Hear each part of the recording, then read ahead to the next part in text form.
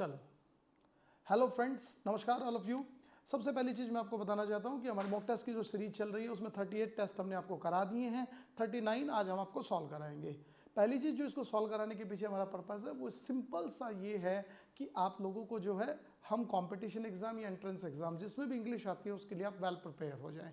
इसमें हम आपको vocab, grammar, comprehension, cloze test सारे सेक्शन जो वो इजीली कवर कराते हैं। ठीक है, सो शुरू करते हैं हम लोग क्वेश्चन नंबर 1 से। चलिए देखिएगा, find an error in the following sentences. Sentences में हमें बतानी है कि गलती कहां पर है। Though she appears to be very tall, वो बहुत लंबी हाइट की दिख रही है। She is just a inch taller than me, लेकिन वो मेरे से जो है वो सिर्फ 1 इंच ही लंबी है। ठीक है, मेरे से सिर्फ 1 इंच ही लंबी है। ओके, तो देखिए ये जो सेंटेंस है इसमें जो एरर हमने दिया है वो आर्टिकल का एरर दिया है। आर्टिकल में जो ए एन के यूजेस होते हैं उससे रिलेटेड क्वेश्चन है। देखिए एन का जो यूज है वो हमेशा याद रखना वोवल साउंड से पहले होगा। ठीक है, सो यहां पर देखिए though she appears to be very tall, वो यद्यपि बहुत लंबी हाइट की है, बिल्कुल ठीक है। She is just an inch taller than मी, वो मुझसे 1 इंच ही लंबी है। देखिए यहां पर जो इंच है वो क्या है, नाउन है। ठीक है, और इससे किसकी साउंड आ रही है, वोवल की, तो अ इंच की जगह किसका यूज हो जाएगा, एन इंच टॉलर देन मी, मुझसे 1 इंच लंबी है। ठीक है, नेक्स्ट देखेंगे तो वोवल साउंड से पहले ऑलवेज एन का यूज करेंगे। नेक्स्ट क्वेश्चन देखिए, the old man was run over with school bus. सबसे पहली चीज रन ओवर का मतलब समझिए। रन ओवर का मतलब क्या होता है, किसी चीज को कुचल देना, किसी चीज के ऊपर से निकल जाना। ठीक है, सो जो ओल्ड मैन था, जो बूढ़ा आदमी था, उसे एक बस के द्वारा कुचल दिया गया। सेंटेंस में ये कहना चाह रहा है। तो यहां पर जो सेंटेंस है वो एक पैसिव सेंस में है, और पैसिव सेंस में जब कोई चीज होती है तो उसके लिए जो मेन मोस्ट कॉमन जो प्रपोजिशन हम यूज करते हैं वो यूज करते हैं बाय, न कि विथ या कोई और। ठीक है, तो देखिए द ओल्ड मैन बिल्कुल सही है, वॉज रन ओवर बिल्कुल सही है, with school bus, school bus के साथ कुचल दिया गया, गलत, स्कूल बस के द्वारा, तो यहां पर किसका यूज हो जाएगा, बाय का। वॉज प्लस वर्ब की थर्ड फॉर्म, रन की थर्ड फॉर्म रन ही होती है, तो पैसिव हो गया। ठीक है, बाय स्कूल बस के द्वारा, तो आंसर जो है वो हमारा क्या है, C is correct. Okay, next question देखते हैं। Sachin is one of the players, Sachin उन प्लेयर्स में से एक है who have selected for the test match, जिन्हें टेस्ट मैच के लिए सिलेक्ट किया गया है। ठीक है, सेंटेंस को सिंपली हम देखेंगे। सबसे पहली चीज मैं आपको कई बार बता चुका हूं कि वन ऑफ के बाद हमेशा याद रखना जो नाउन यूज होगा बच्चों वो प्लूरल होगा, और जो वर्ब यूज होगी वो आपकी कैसे यूज होगी, सिंगुलर होगी। पहली कंडीशन देखिए, वन ऑफ का यूज हो गया, वन ऑफ के बाद जो नाउन यूज हो रहा है प्लूरल है, वर्ब जो है वो प्लूरल है, तो सिंगुलर आनी चाहिए, नहीं, रुकिए जरा। एक और कंडीशन, वन ऑफ से पहले अगर हम किसी भी नाउन का यूज करते हैं और वन ऑफ यूज करते हैं तो उसके बाद वाला जो नाउन यूज होगा और उसके बाद जो वर्ब यूज होंगी वो दोनों कैसे यूज होंगी, प्लूरल यूज होंगी। सिंपली बात ध्यान रखनी है। ठीक है, देखिए वन ऑफ आ गया, वन ऑफ से पहले कोई भी वर्ड अगर आ जाता है, ठीक है, तो उसके बाद जो नाउन यूज होगा वो कैसा यूज होगा, प्लूरल यूज होगा। जो वर्ब यूज होगी वो भी कैसे यूज होगी, प्लूरल यूज होगी। ठीक है, फॉर द टेस्ट मैच, जिन्हें टेस्ट मैच के लिए सिलेक्ट किया गया है, तो सेंटेंस सही है, इसमें कोई गलती नहीं है, D answer is correct. Okay, next question देखते हैं। Sorry, we can decide it only after further investigation, हम इसको डिसाइड कर पाएंगे आगे के इन्वेस्टिगेशन होने के बाद। ठीक है, वी कैन डिसाइड, ये बिल्कुल सही है, ओनली आफ्टर, सिर्फ और सिर्फ किस चीज के बाद, एक आगे की इन्वेस्टिगेशन के बाद। देखिए ये जो क्वेश्चन है ये एडजेक्टिव से लिया गया है। ठीक है, एक वर्ड यूज होता है, याद रखना, फार्दर, और एक वर्ड यूज होता है फर्दर। समझ रहे हैं बात को? ठीक है, वी कैन डिसाइड इट। देखिए फार्दर जो यूज होता है वो डिस्टेंस के कंटेक्स्ट में यूज होता है, फार्दर और फर्दर दोनों डिस्टेंस के कंटेक्स्ट में यूज होते हैं, पहली चीज याद रखना। ठीक है, कई बार क्या होता है कि हम लोग ये पढ़ते हैं कि नहीं फार्दर नहीं फर्दर यूज होता है, फर्दर नहीं फार्दर यूज होता है, सेंटेंस गलत होता है। रिमेंबर, डिस्टेंस के कंटेक्स्ट में दोनों का यूज होगा। जैसे कि मैं कहूं कोलकाता इज फार्दर, ठीक है, from equator than Colombo, Kolkata is farther, Kolkata is further, दोनों सही है, पहली चीज याद रहे। दूसरी इंपॉर्टेंट चीज अब क्या है, जो फर्दर का एक और यूज होता है, फर्दर का यूज होता है के अलावा, इसके अलावा। ठीक है, we can decide it only after, हम डिसाइड करेंगे कब, और इन्वेस्टिगेशन होने के बाद, ठीक है, के अलावा के कंटेक्स्ट में। तो यहां पर फार्दर की जगह किसका यूज हो जाएगा, फर्दर इन्वेस्टिगेशन, यानी कि इन सब चीजों को होने दो। तो आंसर हमारा क्या हो गया, सी हो गया। ओके, नेक्स्ट क्वेश्चन देखेंगे। On every Sunday I play tennis in the afternoon, हर शनिवार को मैं टेनिस खेलता हूं, और वो भी कब, दोपहर में, ठीक है। इसमें जो क्वेश्चन है वो हमने जो दिया है वो प्रपोजिशन से रिलेटेड है। कल भी मैंने आपको बताया था, देखिए सैटरडे के साथ किसका यूज होगा, ऑन का यूज होगा, बिल्कुल सही है। लेकिन अगर इसके साथ कोई एडजेक्टिव आ जाएगा तो प्रपोजिशन का यूज नहीं होगा। तो ऑन की जगह हम किसका यूज करेंगे, एवरी सैटरडे। किसका यूज करेंगे, एवरी सैटरडे, ठीक है। आई प्ले टेनिस, ये बिल्कुल सही है क्योंकि रूटीन को डिनोट कर रहा है। इन द आफ्टरनून, दोपहर में। तो बच्चों याद रखना, आफ्टरनून है, उससे पहले अगर इन का यूज होता है तो हमेशा इसके साथ किसका यूज होगा, दा का यूज होगा। किसका यूज होगा, दा का यूज होगा। नेक्स्ट इंपॉर्टेंट बात याद रखनी है कि आफ्टरनून के साथ इन का यूज, और जो नून वर्ड होता है उसके साथ किसका यूज करेंगे, एट का यूज एज ए प्रपोजिशन हम लोग करेंगे। समझ में आ गया, ठीक है। नेक्स्ट क्वेश्चन की तरफ बढ़ते हैं, छोटी छोटी चीजें आप याद रखो। ओके, आफ्टरनून इन का यूज, नून एट का यूज, इन अगर आ जाए तो दा का यूज होगा। जैसे कि देखिए, इन इवनिंग कभी नहीं होता, किसका यूज होगा, इन द इवनिंग। ये सही है, ये गलत है, ये गलत है। ओके, नेक्स्ट देखो, प्लीज अरेंज करो माई बोर्डिंग एंड लॉजिंग इन बॉम्बे, बॉम्बे में मेरे रहने खाने की सारी व्यवस्था जो है वो करो, ठीक है। Please arrange for my boarding and lodging, तो ये बोर्डिंग एंड लॉजिंग नहीं होता है, ये जो एक्सप्रेशन होता है ये होता है board and lodging, board and lodging. समझ में आ गया कि नहीं आ गया, मेरे रहने और खाने के लिए व्यवस्था जो है आपको करनी है। ये जो एक्सप्रेशंस होते हैं ये कॉमन एरर्स में माने जाते हैं, आमतौर पर नाउन में पूछे जाते हैं, ठीक है। नेक्स्ट क्वेश्चन देखेंगे। The boy not only pledge cricket regularly but also football, लड़का जो है वो रेगुलरली केवल जो है ना क्रिकेट ही नहीं खेलता परंतु फुटबॉल भी खेलता है।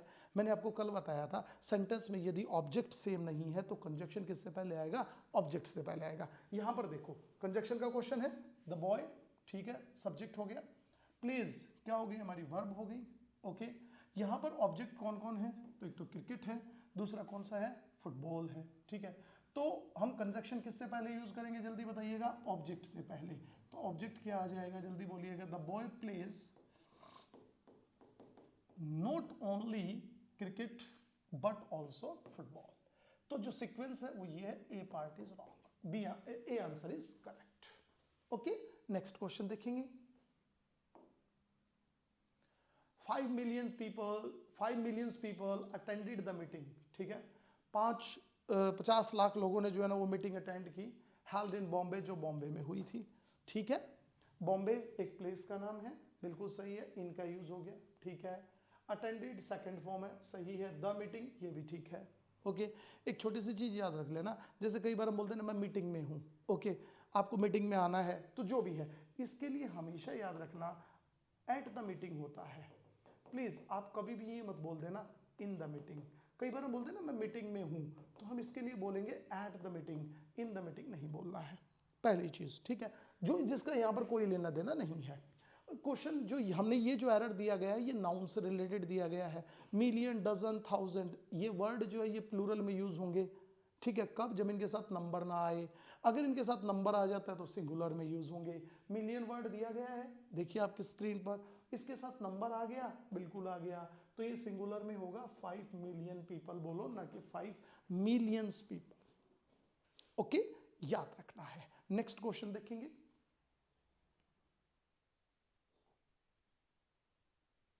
ठीक है, sorry, yes, each boy and girl in the class like to go to the cinema, हर एक लड़का और लड़की क्लास में सिनेमा में जाना पसंद करता है, ठीक है। ये जो सेंटेंस है ये, इसमें जो एरर है वो दिया गया है सब्जेक्ट वर्ब एग्रीमेंट का। ओके, ग्रामर के ऑल ओवर टॉपिक्स को हम कवर करते हैं, ठीक है ना। जब भी दो सब्जेक्ट एंड से जुड़े हों, देखिए एंड से जुड़ा है बॉय और गर्ल, बिल्कुल ठीक है, जब दो सिंगुलर सब्जेक्ट एंड से जोड़े जाएं तो वर्ब कैसी आएगी, प्लूरल आएगी, ठीक है बिल्कुल ओके।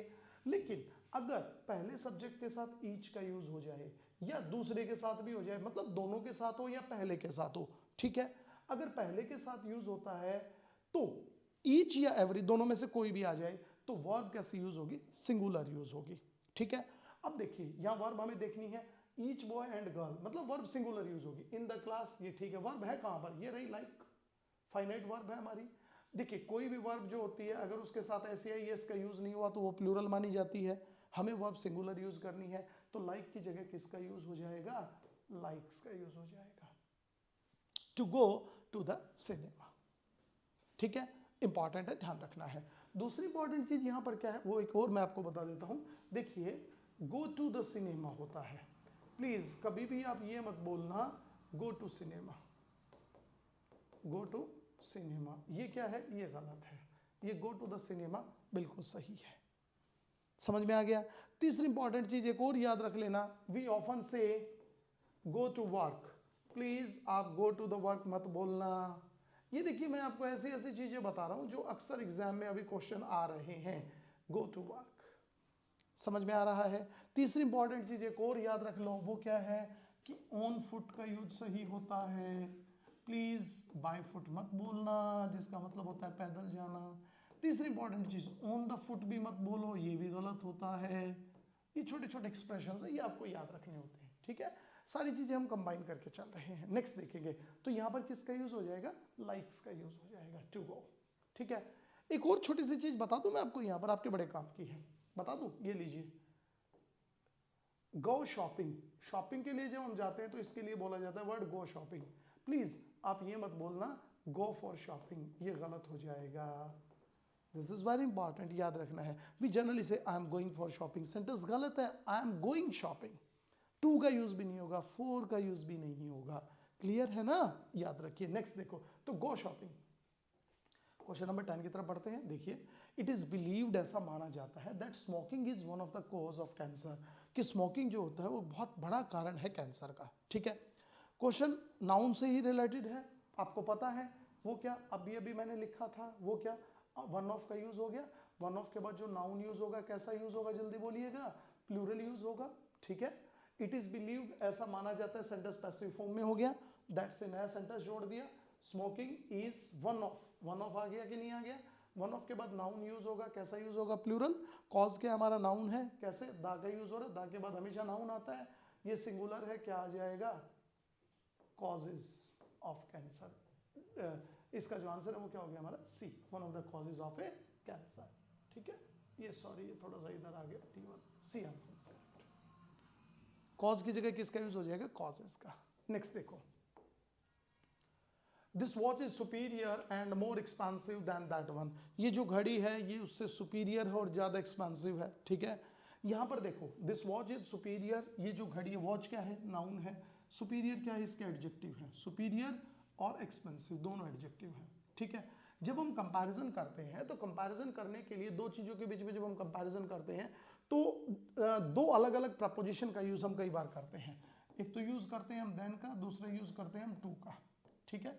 देन का यूज कब करते हैं, कंपैरेटिव डिग्री के लिए, टू का यूज भी कंपैरेटिव डिग्री के लिए करते हैं। लेकिन फर्क क्या है, कुछ वर्ड्स ऐसे होते हैं जैसे senior, junior, superior, expensive, sorry superior, इनके साथ हम टू का यूज करेंगे। सीनियर, जूनियर, इन सब के साथ किसका यूज करेंगे, टू का यूज करेंगे, ठीक है। ओके अच्छा, और दूसरी चीजें उनके साथ देन आएगा, जैसे कि मोर आ गया, मोर एक्सपेंसिव, तो मोर एक्सपेंसिव के साथ देन, ठीक है बिल्कुल ओके। लेकिन सुपीरियर जो वर्ड है उसके साथ तो हमने प्रपोजिशन लगाया ही नहीं, तो किसका यूज हो जाएगा यहाँ पर, superior to, prior to, preferable to, preferred to, ठीक है। और ये चीज याद रखनी है कि जिस वर्ड के साथ प्रपोजिशन का यूज होना है वो तुरंत वहीं पर लिखना है, न कि छोड़ना है उसको। तो सेंटेंस क्या होगा, this watch is superior to and more expensive than that one, याद रखिए, ठीक है, जिस वर्ड के साथ प्रपोजिशन यूज होगा। नेक्स्ट देखो, had he saved money he would purchase a new car, यदि उसने पैसे बचाए होते तो वो एक नई कार खरीद लेता। कंडीशनल सेंटेंस है, कंडीशनल सेंटेंस में जो है ना क्या यूज होगा, देखिए जरा, had he saved money बिल्कुल सही है, सेंटेंस के एक पार्ट में यदि हेड प्लस वर्ब की थर्ड फॉर्म यूज होगी, ठीक है, तो दूसरे भाग में वुड हैव प्लस वर्ब की थर्ड फॉर्म यूज हो जाएगी, वुड हैव प्लस वर्ब की थर्ड फॉर्म यूज हो जाएगी। ठीक है, देखो हैड प्लस वर्ब की थर्ड फॉर्म, तो दूसरे भाग में किसका यूज हो जाएगा, would have purchased, would have purchased a new car. ठीक है, अब कुछ बच्चों को कंफ्यूजन आया होगा कि सर सेंटेंस के शुरू में हेड कैसे लिख दिया, इसको वो ऐसे लिखे तो भी मीनिंग सेम है, if he had saved money, ये भी ठीक है। कई बार एग्जामिनर स्टाइल के चक्कर में ये भी लिख देता है हैड आई सेव्ड मनी। ठीक है, ये दोनों सही है, इसका वही मतलब है जो इसका है सेंटेंस के एक पार्ट में। ठीक है, नेक्स्ट देखो, तो आंसर इसका क्या हो गया, हमारा बी हो गया, would have purchased. It is feared, इस बात का डर है, that thousands of people have lost lives, कि हजारों लोग जो है वो जिंदगियां खो चुके हैं। किसकी जिंदगियां, अपनी जिंदगी खो चुके हैं। ठीक है, सो इसमें जो एरर है वो बेसिक सी है, वो हमने किससे दी है, प्रोनाउन से दी है। प्रोनाउन में क्या एरर है, देखिए इट इज फियर्ड बिल्कुल सही है, दैट थाउजेंड्स ऑफ पीपल, ये भी ठीक है, थाउजेंड अकेला आ रहा है, ऑफ भी आ गया, पीपल भी आ गया। हैव लॉस्ट लाइव्स, जिंदगियां खो चुके हैं, किसकी, तो जिंदगी खोई है अपनी, तो have lost their lives, life से पहले किसका यूज हो जाएगा, पजेसिव एडजेक्टिव, और वो क्या हो जाएगा, देयर। देयर क्यों आया, क्योंकि पीपल थर्ड पर्सन है, तो देयर का यूज हो गया। ओके, इंपॉर्टेंट है, ध्यान रखना। No boy is as tall as Amit in our class, कोई भी लड़का इतना लंबा नहीं है जितना कि अमित है। अरे तो अमित भी तो एक लड़का है कि नहीं ऐसा, तो इसमें क्या करेंगे, कोई भी दूसरा लड़का इतना लंबा नहीं है जितना कि अमित है। ये जो क्वेश्चन है कि हमने एडजेक्टिव से पूछा, और एडजेक्टिव में भी हमने कहां से पूछा, कंपैरेटिव डिग्री से पूछा। ठीक है, कंपैरिजन कर रहे हैं, तो कंपैरिजन का सिंपल सा फंडा बता देता हूं, देखिए ध्यान दीजिए। नो प्लस में अदर का यूज करो, ठीक है, प्लस नाउन का यूज करो, एक स्ट्रक्चर। ठीक है, फिर इसके बाद कोई भी हेल्पिंग वर्ब जो आप लगा रहे हैं वो लगा दीजिए। ठीक है, और फिर इसके बाद एज प्लस में पॉजिटिव डिग्री, और देन एज, हो गया स्ट्रक्चर। तो इसका मतलब होता है, देखिए नो बॉय इज क्या हो गई, हमारी हेल्पिंग वर्ब हो गई, देखिए ये रही। एज टॉल एज, देखिए एज का कंपैरिजन हो गया, डिग्री टॉल कौन सी है, पॉजिटिव डिग्री है। ठीक है, तो हम किसका यूज करेंगे, नो अदर बॉय, किसका यूज हो जाएगा, no other boy is as tall as Amit in our class. याद रखना, no other hill station is as beautiful as Kashmir. ठीक है, no other girl is as beautiful as Sunita. No other girl बोलो, no girl मत बोलो, no girl मतलब सुनीता भी कोई लड़की नहीं है, तो सेंटेंस गलत हो जाएगा। ठीक है, नेक्स्ट देखिए, if I were him I would help you, यदि मैं वह होता तो तुम्हारी मदद करता। बहुत सिंपल सेंटेंस है, प्रोनाउन के सेंटेंस लिए गए हैं, प्रोनाउन से क्वेश्चन पूछा, प्रोनाउन में भी कौन से उससे पूछा, प्रोनाउन का जो सब्जेक्टिव केस होता है उससे क्वेश्चन पूछा गया है। सब्जेक्टिव केस कहाँ कहाँ यूज होते हैं, देखिए सबसे पहली चीज is am are was were, ठीक है, ये सब बी की फॉर्म है, is am are was were. इनके बाद इन जनरल अगर हम किसी प्रोनाउन का यूज करेंगे तो वो सब्जेक्टिव केस में यूज होगा, याद रखिए। यहां पर देखिए वर का यूज हो गया, वर के बाद प्रोनाउन लिखा गया है, इसका सब्जेक्टिव केस आएगा, हिम की जगह किसका यूज हो जाएगा, ही का यूज हो जाएगा। तो हम सेंटेंस बोलेंगे if I were he I would help you, मैं तुम्हारी मदद करता। ओके, बहुत आसान है। ठीक है, नेक्स्ट देखो, तो हिम की जगह ही हो जाएगा। Find the Rongli spelled word, हमें जो है ना वो रोंगली स्पेल्ड वर्ड छांटना है। डिसीजन का स्पेलिंग सही है, कॉल्यूजन का मतलब होता है साथ मिलना, मैथमेटिक्स हो गया। इन सीजन का जो स्पेलिंग है वो गलत है। ठीक है, इसका हो जाएगा INCISI, इन सीजन, ये स्पेलिंग गलत है इसकी। अब यार मैं इसको आपका मीनिंग नहीं बताऊंगा, ठीक है, आपको आप मीनिंग अपने आप सर्च कीजिए, थोड़ी सी मेहनत करो, मैंने बता दी है। ठीक है, हाँ एक चीज मैं आपको यहाँ पर अच्छी बता दूंगा मेरी तरफ से है। ठीक है, वो क्या है, देखिए एक वर्ड यूज हुआ है हमारा कॉलिजन, ये थोड़ा सा याद रख लेना चलो, और एक वर्ड होता है कोल्यूजन। ठीक है, कॉलिजन का मतलब होता है टकराना, ठीक है, कॉल्यूजन का मतलब होता है किसी के साथ मिलकर कोई गलत काम करना। ठीक है, साथ मिलना, षड्यंत्र सा करना, जैसे कि कह सकते हैं षड्यंत्र करना, कोई घटिया प्लानिंग करना। The engineer collusion with clerk made a lot of money, खूब पैसे कमाए। ठीक है, इलीगली वो भी, दैट इज कॉल्ड कॉल्यूजन, साथ मिलना, कॉल्यूजन टकराना, तो ये याद रख लेना। वन वर्ड सब्स्टिट्यूशन बताना है, a deep dislike of foreigners, foreigners के प्रति बहुत ही ज्यादा हेट होना, ठीक है, क्या बोलते हैं उसको। तो देखिए चार वर्ड दिए गए हैं। सबसे पहली चीज देखेंगे तो इसका जो करेक्ट आंसर होगा, a deep dislike of foreigners is called xenophobia, xenophobia, ठीक है। क्लैस्ट्रोफोबिया का मतलब क्या होता है, एक ऐसी फीलिंग होना कि जो कोई भी जगह बहुत ही छोटी है और उसके अंदर हम फंस गए हैं, दैट इज नोन एज क्लैस्ट्रोफोबिया, ठीक है। एक्रोफोबिया का मतलब होता है हाइट से डर लगना, ज्यादा ऊंचाई पर जाएंगे डर लगना शुरू हो जाएगा। सेम हाइट फोबिया, ऊंचाई से डर लगना, तो ये दोनों वर्ड सिमिलर है, ये इसका करेक्ट आंसर है। क्वेश्चन नंबर 18 देखेंगे, वेरी गुड। सर ने बताना है ग्रॉट्स्की, ग्रॉट्स्की का मतलब क्या होता है, ग्रॉट्स्की मतलब होता है शानदार चीजें, ठीक है, लेकिन इस ढंग से शानदार हैं कि वो बिखरी हुई हैं, जो है ना एक प्रॉपर ऑर्डर में नहीं है, ठीक है। तो उनको देखकर कई कई बार एक फनी टाइप की फीलिंग आती है, ठीक है। सो इसके लिए जो एग्जैक्ट वर्ड यूज होगा इसका सिनोनिम वो हो जाएगा हमारे लिए ग्रॉट्स्की का, ठीक है, बिजारे, क्या हो जाएगा, बिजारे, ठीक है। एक इसके लिए और अच्छा वर्ड यूज कर सकते हैं, फगली, ठीक है, अगली भी बोल सकते हैं, गंदा लगना, लेकिन अगली तो प्रॉपर गंदा हो जाता है, ठीक है, उसको रहने देंगे। इनसेन, इनसेन का मतलब होता है जो आदमी बुद्धिमान ना हो, तो इसके लिए अच्छा सिनोनिम लिखेंगे हम, इम्प्रूडेंट, क्या लिखेंगे, इम्प्रूडेंट, जो बुद्धिमान ना हो, ठीक है। एब्सर्ड भी हो सकता है इनसेन के लिए, बिल्कुल ठीक है। ऑडिबल वो होता है जिसे सुना जा सकता हो, जिसे सुना जा सकता हो, that is called Audible, okay. Next देखिएगा, एंटोनिम बताना है आपको गैरुलस का। गैरुलस का मतलब क्या होता है, जो बहुत ज्यादा बोलता हो, दैट इज कॉल्ड गैरुलस, ठीक है। चलिए अब इसका आंसर बताना है हमें, ठीक है। वर्बोस, वर्बोस का मतलब भी क्या होता है, बात सुनिए, ठीक है। एडमेंट का मतलब जिद्दी, ठीक है। रेटिसेंट का मतलब क्या होता है, जो आदमी कुंठित सा रहता हो, जो कम बोलता हो, that is called reticent. So answer B is correct, क्योंकि मैं इसका एंटोनिम बताना है, ठीक है। वैकी का मतलब होता है मूर्ख आदमी, गंदा, बेवकूफ, मूर्ख, तो इसके लिए अच्छा वर्ड लिख सकते हैं नटी, क्या लिख सकते हैं, नटी। इसके लिए अच्छा वर्ड लिख सकते हैं बैटी, ये देखिए ये हो गया हमारा नटी और बैटी। एडमेंट का मतलब होता है जिद्दी होना, तो इसके लिए अच्छा वर्ड लिख सकते हैं हैड स्ट्रॉन्ग, क्या लिख सकते हैं, हैड स्ट्रॉन्ग। इसके लिए एक अच्छा वर्ड और लिख सकते हैं हम, कैप्रिसियस, सन की किस्म का आदमी, वो भी एडमेंट होता है, ठीक है। वर्बोस का गैरुलस हो जाएगा। टॉकेटिव जो है ना वो भी एक अच्छा वर्ड है, टॉकेटिव, ठीक है। स्लीक का मतलब होता है जो कम बोलने वाला हो, ठीक है, ये इसका सिनोनिम हो गया, ठीक है, तो याद रख लेंगे। नेक्स्ट देखते हैं, क्लोज टेस्ट पर आ जाइएगा। जैसा कि स्टूडेंट की डिमांड थी कि सर क्लोज टेस्ट भी कराओ, ठीक है।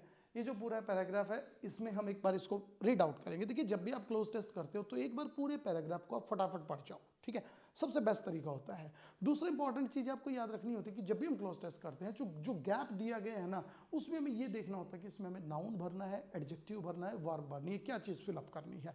ये दो बातें आप ध्यान रखोगे तो आप इजीली चीज़ों को कर जाओगे, ठीक है। पहले हम देखते हैं, देखिए the captain waited till sunset, sunset तक कैप्टन वेट किया बट नो शिप अप्रोच, कोई भी जहाज नहीं आया, ठीक है। He was wondering how to dash the mighty ocean, कि कैसे वो समंदर, मतलब आप समझिए कि वो समंदर में फंसा हुआ है कहीं पर टापू पर। As the shades of evening were, ठीक है, ये स्टेलिंग नहीं है, स्टील का मतलब तो चोरी होना होता है, इसको हम लिखेंगे स्केलिंग, SCALING। स्केल का मतलब होता है बढ़ना किसी चीज का, ठीक है, कि जैसे जैसे इवनिंग या छाया बढ़ रही थी, अंधेरा बढ़ रहा था, ठीक है। The sky he once more towards the horizon, horizon की तरफ उसने देखा, बट नो सेल। अब यहाँ पर जो सेल है, सेल का मतलब क्या होता है, सेल का मतलब होता है जो जहाज के ऊपर कपड़ा वगैरह नहीं बांधते हैं तक जहाज दूर से दिख जाए, तो that is known as sail, ठीक है। Was in despair he address the mute, ठीक है, और उसने चुपचाप जो है ना कुछ भगवान से सोचा, आसमान की तरफ देखा और फिर जो है ना खुद को सरेंडर कर दिया कि अब मैं मरने वाला हूँ, ठीक है। सो इसमें ये जो कहानी है ये कि कैप्टन की है जो एक टापू पर फंसा हुआ है और उसे कोई भी जो है ना वो जहाज नज़र नहीं आ रहा है। अब वो भगवान से प्रार्थना करता है कि भगवान कुछ ना कुछ मेरे लिए करो, लेकिन अगर कोई हेल्प नहीं आती हुई दिख रही तो वो मरने के लिए तैयार हो जाता है। शुरू करते हैं हम पैसेज बनाना। देखिए द कैप्टन वेटेड, इंतजार किया, टिल सनसेट, सनसेट तक, बट नो शिप अप्रोच, लेकिन कोई भी जहाज नहीं पहुंचा, ठीक है। ही वॉज वंडरिंग, उसे हैरानी हो रही थी, how to dash the mighty ocean, ठीक है, कि वो कैसे जो है इस समंदर को पार करेगा। तैरने से अगर बात होती तो तैरने से तो उसको डर क्या है, वो तैर जाता, तो आंसर ये गलत हो गया। कवर करने का मतलब होता है किसी चीज को ढकना, दैट इज गलत। स्केल का मतलब मापना, तो उसे ना तो समंदर मापना है ना ढकना है, तो उसे क्या करना है, क्रॉस करना है। तो आंसर क्या हो जाएगा हमारा, ए हो जाएगा। How to cross the mighty ocean, कि वो इस ताकतवर समंदर को कैसे पार करेगा। क्रॉस का मतलब पार करना, ठीक है। नेक्स्ट देखते हैं, mighty ocean as the shades of evening were scaling, कि जैसे जैसे शाम जो है वो बढ़ती जा रही थी, अंधेरा बढ़ता जा रहा था, ठीक है। कहाँ बढ़ता जा रहा था, ठीक है। तो यहाँ पर जो अबाव, अबाव का मतलब तो होता है किसी चीज के ऊपर, समझ रहे हैं।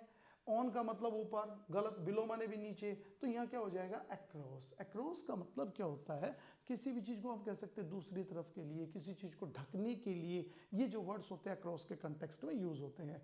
तो जैसे जैसे अंधेरा बढ़ता जा रहा था, कहाँ बढ़ता जा रहा था, ठीक है, अक्रॉस द स्काई, यानी कि पूरे आसमान को जो है वो अंधेरे ने कवर कर लिया था। तो यहाँ पर यूज अक्रॉस का होगा, ठीक है, अक्रॉस द स्काई, ठीक है।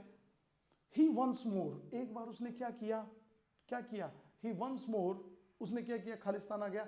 जंप, कूदा, बिल्कुल गलत है, कूदेगा थोड़े, ठीक है। मूव्ड, आसमान की तरफ जाएगा, नहीं। तो क्या करेगा, विंक। विंक का मतलब होता है इशारा करना आंख से किसी की ओर, दैट इज कॉल्ड विंक। तो आंख से, जैसे कई बार हम हमारे सेंस में यूज कर लेते हैं ना, एक आंख से इशारा करना, आंख बंद करना, दैट इज कॉल्ड विंक, ठीक है। तो ये भी गलत है। गेज, गेज का मतलब क्या होता है, टकटकी लगाकर देखना। तो यहाँ पर जो सही सेंस है वो क्या है कि उसने आसमान की तरफ टकटकी लगाकर देखा, हे भगवान कोई हेल्प कर दे, हे भगवान कोई हेल्प कर दे, प्लीज प्लीज प्लीज, है ना। सो आंसर क्या हो जाएगा, गेज्ड। उसने किसकी तरफ देखा, आसमान की तरफ देखा। टुवार्ड्स द हॉरिजन, ठीक है। हॉरिजन का मतलब क्षितिज, जहाँ समंदर और आसमान दोनों मिलते नजर आ रहे हैं। बट नो सेल वॉज, लेकिन कोई भी जहाज का नामो निशान उसे नहीं दिख रहा था, ठीक है। सो नो सेल वॉज क्या हो जाएगा, no sail was approaching. Approaching गलत है, अप्रोचिंग क्यों गलत है, अरे अप्रोच तो होता है जहाज का आना, वो क्या कर रहा है, जहाज का कोई भी जो कपड़ा होता है वो भी नहीं दिख रहा है उसको। तो कमिंग गलत, क्या हो जाएगा, विजिबल। विजिबल का मतलब क्या होता है, किसी भी चीज को, किसी भी चीज का दिखना, ठीक है। सो क्या हो जाएगा, but no sail was visible, लेकिन कोई भी जहाज का कपड़ा तक नहीं दिख रहा था, ठीक है। इन डिस्पेयर, दुखी होकर, ही एड्रेस्ड अ म्यूट, ठीक है। उसने क्या किया, म्यूट का मतलब चुपचाप, क्या किया, भगवान को थैंक करेगा उस टाइम पर, नहीं। ऑफ कोई वर्ड ही नहीं है। कर्स का मतलब कोसना और प्रे का मतलब प्रार्थना करना, ठीक है। सो उसने म्यूट, म्यूट रूप में क्या किया, ठीक है। कर्स करेगा, नहीं। कर्स क्यों नहीं करेगा, क्योंकि आगे देखिए क्या करें, हिमसेल्फ फॉर डेथ, खुद को मरने के लिए छोड़ दिया। इसका मतलब लास्ट टाइम में भगवान से क्या कर रहा है, प्रार्थना कर रहा है, ठीक है। तो आंसर क्या हो जाएगा हमारा, प्रेयर, प्रार्थना करना। टू द स्काइज, ठीक है। एंड, और क्या किया, ठीक है। एंड प्रिपेयर्ड, तैयार करना, नहीं। And himself for death, cleared, साफ करना, गलत। आंसर क्या हो जाएगा, लेफ्ट। लेफ्ट का मतलब छोड़ देना, और खुद को जो है क्या कर दिया, मरने के लिए छोड़ दिया, ठीक है। सो दोस्तों ये थे हमारे 25 question, 25 questions which we solve during the mock test. Okay, I hope you enjoy this session and please share and subscribe. Watch completely, पूरा देखा करो, ठीक है। और please do comments whatever changes you want. Thanks for watching us, okay bye.